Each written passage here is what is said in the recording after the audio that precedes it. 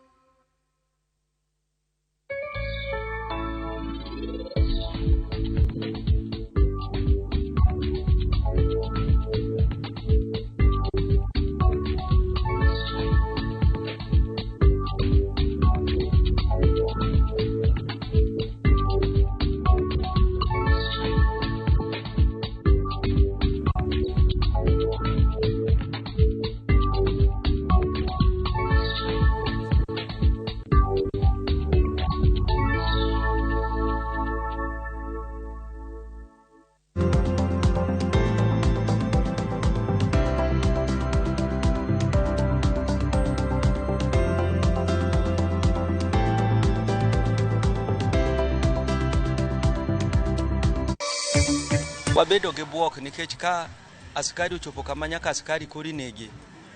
Wabe koro joti kaka wajotim ohala maka. Koro wadak gi luoro ni luoro omako chunjo ohala makar ohala machichwa bang' jokwoge nego chuk dara ariyo kendo kwalo mwandu ma nengo gi pok oyangi.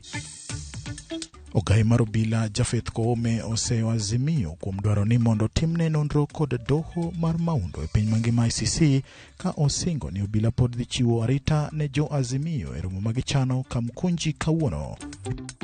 Wamezoea sana wanachezea rais wetu, wanamtisha kila wakati na mambo ya maandamano. Sisi tunawaambia we are going to defend our president. Jagoro maduong' mar UDA Cleophas Malala okoni ok gibiyie mondo Azimio rocho kenge mag dongruok ma jatend piny osechako.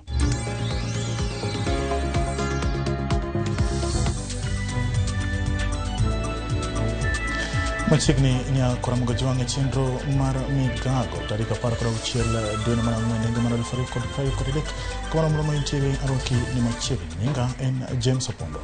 Jopiny e boma ma Kisumu koro odak gi luoro kaluwore gi nek makoch mar chukdar ariyo mane owito ngimagi bang' monj mane otimore okinyi ma piny orugo kawuono e kar ohala machichwa mayudore e dier boma man Kisumu. Monj ma kamano biro bang' kinde machuok kende motelo ne monj ma kawuono mane oweyo jopiny gi kihondko lit kod lal mag mwandu ma kwandgi pok oyangore.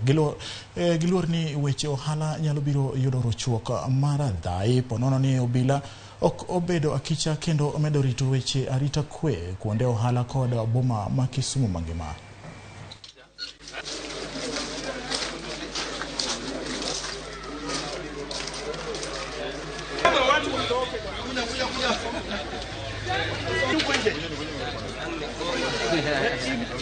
Wabedo gi buok nikech ka askari ochopo kama nyaka askari kori negi. Wabe koro joti kaka wajotim ohala maka. Koro wadak gi luoro nikech koro chopo kama wabende koro wabedo ka wadhi e ute wato wan gi luoro mang'eny nikech koro wakian koro next dhi bedo nade. Ok ber ka ngima lal ne gik machalo kamagi minyal geng'. Ok wamor gi kaka security tiyo Kisumu ka. Ibiro yudo ka kuonde moko en ang'wech ilawo jomoko to kamonego riti to ok riti. Koro wan gima kwayo mane wabedo go kaka johala. Ang'o ma mono jogi patrol e town ka? Nikech town ka to mostly samoro nindo kende odong' kende. Ang'o ma mono gi patrol mondo mwanduwa dodong' koriti wang'e ni mwandu ni weyo. Iwe kama ok wanyal ting'o mwandu kwa dhige uti. Waduogo godo pile pile. Kaka an kijana matin madwa timo ohala. Sirikal okonywa. Mondo mi kik wabed jomoko ma useless e society ni wambe wadogwa timo gik moko ma jogi koro timo nwani ni wambe koro wadogwa donje kwelo. Dware nade ne sirikal kwa monde orit jo ohala. To polis ok nyal bedo ni ninde police station kuchochonde to dukni wate kwalo. Koka gibiro giro koa to kony bok gikonyowa. Ji 13 owito ngimagi e masira mar apaya manotimore otieno manyoro e apaya mawuok Undai ka dhi Mwatate kaunti ma Taita Taveta. Masira no notimore bang' bas manoting'o jowuoth manoa e liel moro e gwenge ma Ngambonyi ka dhi Mombasa nong'ielore kendo nego ji 9 kanyo gi kanyo ka ji 4 mamoko to nowito ngimagi e kinde mane giyudo thieth. Moko kuom jowuoth manoyudo hinyruok dhi mbele gi yudo thieth e osiptende mopogore opogore e gwenge ma Mwatate kod Voi. Komanda mar obila ma Mwatate sub county Maurice Okulo wacho ni nonro dhi mbele wi gima dine kel masirano ka chik nitiere ni break mar bas no bedo gi ng'ikruok wach manomiyo ng'ielore dibura kendo kelo midhiero ma kamano.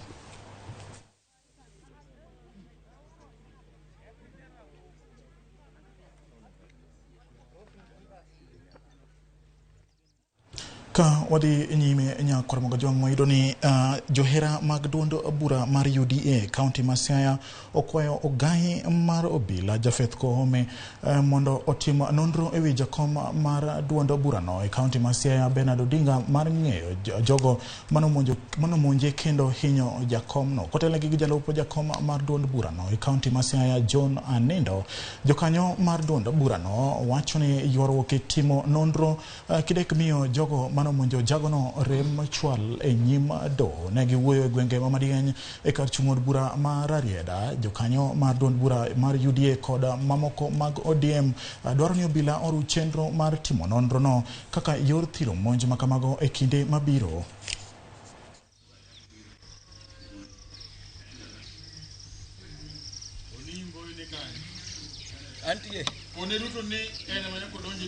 Mimi ambaye naongea, mimi ni mtu wa ODM na tuko na Odinga ana kwa ana.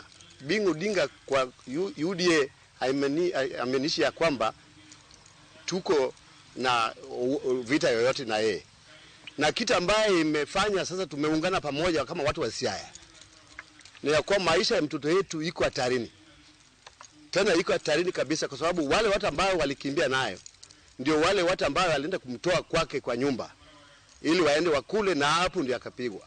Na mpaka leo hii hatujaona kama serikali imechukua hatua yoyote ya kushika mmoja wao au kushika wale ambao walimpiga, na ni wale ambao wamemjua na wafahamu vizuri. Sasa mimi kama familia member naomba serikali ili aingie kati na asaidie maisha ya mtoto yetu, kwa sababu sisi kama familia tuko na hofu sana. Ramogi jwang' mago jothurgi Alex Obado Kiswahili chendo to getemo.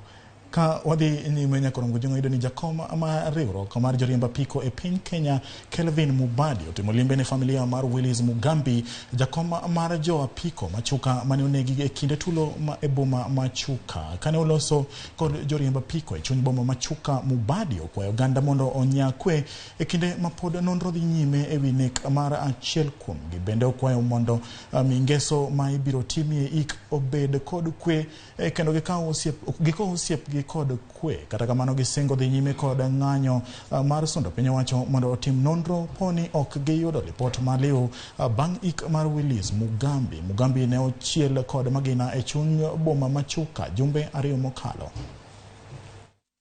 Lilikuwa jambo baya sana mtu kushuti chairman wetu ambaye alikuwa anasaidia polisi kuhakikisha kwamba watu wametulia. Na sisi watu wa boda si hatukuwa kwa hiyo maandamano, tulikuwa kweli? Lakini sasa yeye aliitwa kusaidia na akaenda, na ndio tukaanzisha yetu. Na ninataka kuwaomba kwamba vile tulitulia hivyo, tukaacha maandamano, tukapatia serikali muda wafanye kazi yao, tuwapatie muda waweze kufanya investigation, watupatie ule mtu aliua mwenzetu.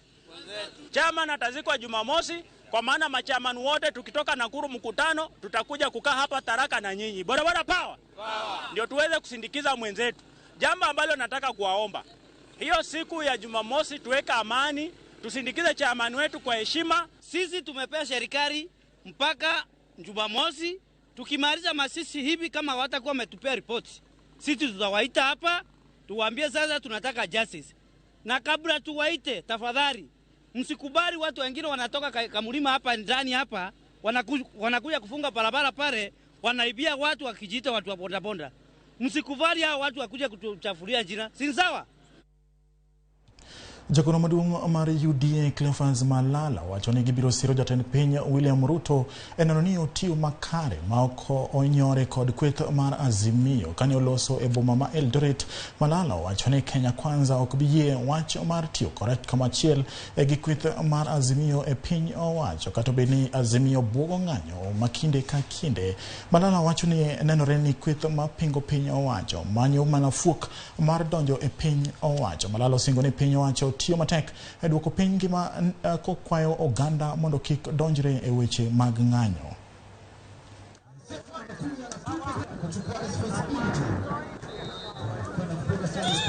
Akuja na MCA kisha waziri wetu. Jumatatu bei ya chakula itakuwa imeshuka chini. Wamezoea sana wanachezea rais wetu. Wanamtisha kila wakati na mambo ya maandamano. Sisi tunawaambia we are going to defend our president. Tuhakikishe kwamba amefanya kazi nzuri.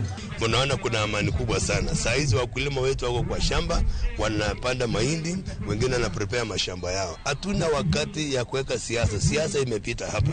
Na sisi tumesema Wasingishu hatutakuja kuandamana hapa. Hakuna wakati. Tunataka tukuje mbele ili watu wetu wakuwe na vyakula. Hii kelele ya kusema tuandamane ni kwa sababu ya njaa. Wanasema hakuna chakula ya kutosha, lakini sasa tumesema tutapanda chakula ya kutosha. Na nimefurahi sana kwamba bei ya unga itakuja chini. Kwa hivyo wale ambao wanaandamana, msiandamane tena, hiyo bei inakuja chini. Jakono maduong' mar riwruok mar jopuonj mar NAT Collins Oyuo kwa jopuonj madongo mag primar mapok olok kod kadok e gwengegi mondo obed kod kwe kinde ma pod iloso wechegi. Oyuo man loso asembo kinde romo mar jopuonj e bwo riwruok mar NAT kod jatend migawo mar weche tudruok Eliud Walo okoni pek osebedo e loko jopuonj duto kaluwore ni thuolo onge e moko kuom skunde mag gombo adhi mak mana ni geno ni thuolo biro bedo kinde mabiro. Romo makamano nokelo jotelo mar riwruok mar NAT e gwenge ma Nyanza kendo jatend migawo mar weche tudruok ne okwayogi mondo mi giti machiegni kod sirikand Kenya Kwanza kaka yo mar bero sekta mar somo mapacho ka. From the far end,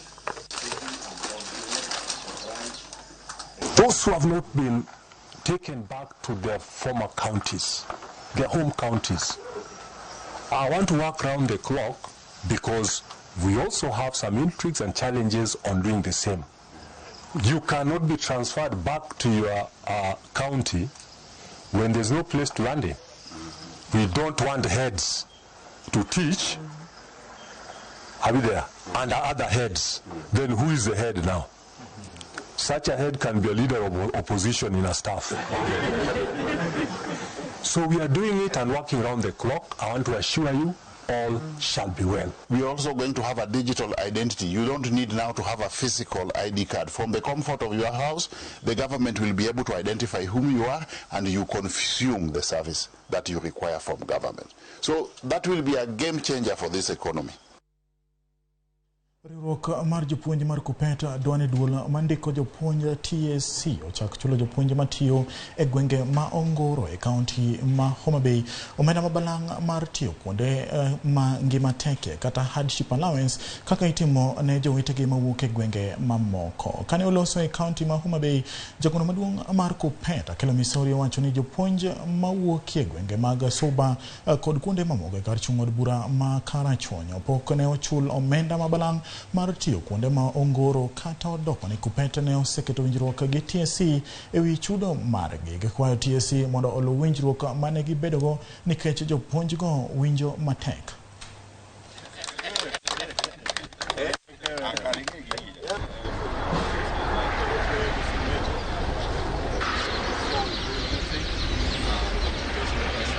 Kaendi mantie kuonde moko ma nitie Ongoro to kendo wuoth tek. Jo Teacher Service Commission osewacho ni kuondgo gin hard to staff. Kuonde ma hard to staff yani kata kitero jopuonj to kuro bedo kuno imiyo gi gimiluongo ni hardship allowance kuonde machalo kaka kuonde moko ma parts of Karachuonyo, parts of the Mbita. Atemo mondo wanyisgi ni koro ogik sama nyaka gichul jopuonj matiyo kuondego e hardship. To bende aparo ne Ministry mar Education ni sani endi activities machalo mag sports, mag drama dhi nyime to pesa pok oor.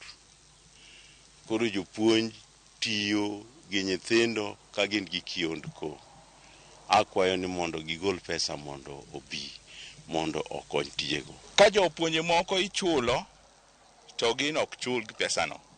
Mano watemo wacho ni mano girocho ratich jopuonj asuba. Mano imiluongo ni discrimination. To katiba ma Kenya ok yie ni ng'ato be discriminated. Koro wapenjo ni japuonj suba gi Mbita ka chuodho nitie koth ma chwe ok ginyal chopo e skul. To ka oro bende wuok kaka gichopo e skul gichopo ka gitimo buru japuonj chalo jamjengo. Ko japuonjni oko ng'is ranyisi maber ne nyithindo nikech gin gi tabu, chiemo bende onge kuondego, yore bende richo. Koro wakwayo sirikal ni sama gimiyo jomoko pesa ni mar hardship gipare Mbita gi Suba. Nyakura mkujunga na kao yu madundo kapo kwa yu kaka na awacho no motelo ni nyalo tudriko da namba mararia deka uchela no kata tuta marwa at Ramogi TV KE at James Opondo Senior ka neno ka uoro wati ukae o mosh nyakuara oguma ka owok Mbita kwa ni Ramogi TV ye godoka besa benda neno ka Morris Juma ogada ja hera wacho ni kome wa yuak en mane oketho ratich Raila wekuro Raila uchak tiyo tije kenda neno kacha kit di wacho ni Kiswahili chando jo madiany manade Kiswahili bedo ataro vinile ni nyakwara nyolale wacho na oneno wakacha e yorno makare di babane Otieno Liz Nyarmigori wacho na e yorno makare ka intie dala mar uradi gi mama ne Benta Nyakisumo kodo wadige Simba kod Lorin Nyarge masedo njora Ramogi TV okelo news maler mano Rose Kasarani nyakona mugajwa ngwa yue madundo amba modhi pi ka duogo to pod wan kod weche modhuro kada mago matimre pe mag tuke.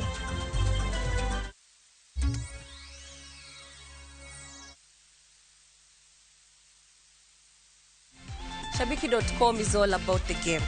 Playing live. It's all about the number of goals. Half-time markets. Correct scores, handicaps, double chances, corners, goal scorers, penalties, and full-time results. Shabiki.com is all about you, the fun. Kuwa Shabiki. Play now. Strictly not for persons under the age of 18. Betting can be addictive. Shabiki.com is authorized and regulated by the BCLB. License number 416.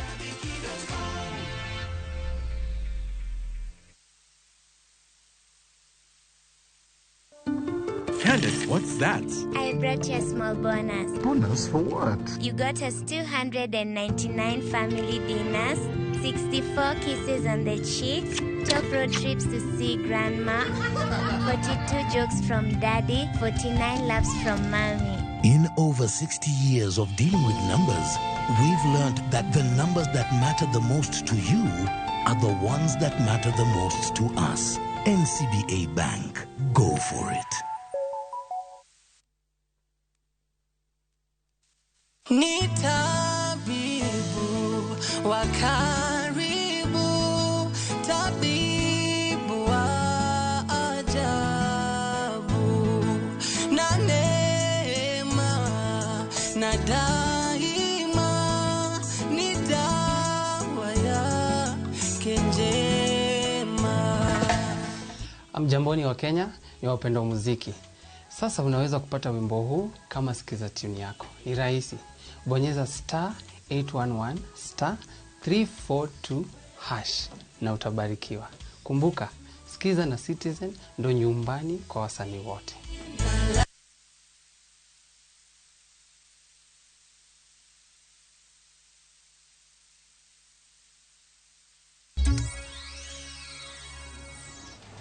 Machiegni kendo, luoro koro nitiere ni nok mar rabo yunga masani okwako pacho kae nyalo medo landruok mar kute mag ayaki. Dwaro nitiere mondo piny owacho oneni rabo yunga ma ichiwo nono obed kendo ochwal e gwenge ma pacho ka. Jojuma nigi ler mathoth. Rabo yunga en achiel kuom gige geng'ruok ma oganda tiyo godo e geng'o landruok kaachiel kod gamo kutego mag ayaki. Ahinya jogo eko ma ok ong'eyo chalgi osebiro ka tiyo kod rabo yunga mondo koro kik gigam kata gilandi kutegi mag ayaki. Oganda moko nyiewo rabo yunga e dukni kamoko bende osebedo ka oketo genogi e rabo yunga go ma ichiwo nono kod piny owacho. Ane founder katanga manochako program mar Miss Condom Initiative Migori kae. Ne wachako program ni higni 3 mokalo kendo nwabuotho ka wachiwo condoms ne jo boda riders kod jo taxi. In a day nitiere boxes matindo ka gitingo 144 and in a day nwanyalo distribute kata 20 boxes. Mano seche moko ninyalo yudo ka demand ni malo makata boxes 20 go yudo korumo te. Mwadogo wachako akaw machielo kwa facility kae. E seche mapek mar ngima medo idho, oganda bedo kod pek e nyiewo rabo yunga nikech nengo ma omedre. Wayudo ni nitie both female and male condom, to koro female condom uptake ne be pod ni piny. Koro wadwaro ni information kata puonj mar ber mar female condom bendo med landore nikech at least wantiere gi kwan mang'eny mag female condom within our county. Ng'ama moko ero gig nono e Kenya ka kata na wona ero gig nono makata bed ni condom guma nono go onge ambe gitimo na marach nikech waero kuma idhi save pesa ni moko itigi pesa pile ka pile to ka koro sani mondo mi ng'ato riwre gi nyawad gi nyaka idhi ng'iew gimoro bedo ka en matek. Jogo ma osebedo ka oketo genogi e rabo yunga ma ichiwo nono kod piny owacho koro nitiere kama tek nikech nok mar rabo yunga masani okwako pacho kae. Ne wachako program ni higni 3 mokalo kendo nwabuotho ka wachiwo condoms ne jo boda riders kod jo taxi to program noko yudo dhi mbele nikech kaluwore ni wan gi nok mar condom makata sani pod wan gi nok mar condom koro nok wanyalo yudo mang'eny mwanyalo distribute. So with commodities we have said has been a challenge, but this is something that one, we are working with the various, that is KEMSA and the departments that are to avail the commodities. So this is something we cannot deal with as an entity, but rather has to take the multi-sectorial approach. Jogo mabende koro winjo pek mokalo mar nok ni mar rabo yunga gin jogo eko magigo magitimo koro keto gi e ng'ao mar gamo kutego mag ayaki kaka opamo. Lipot mawuok kuruogno mar piny owacho makedo kod landruok mar kutego mag ayaki e pacho kae mabende ong'ere kaka National Syndemic Disease Control Council yango ni opamo tiyo kod mok tin ne rabo yunga 76 e dwe ka dwe. The lifestyle mar female sex worker kete okang' mamalo mar gamo kute mag ayaki. As much as condom is one of the preventive measures, Kenya mangima sani nitiere shortage mar condom.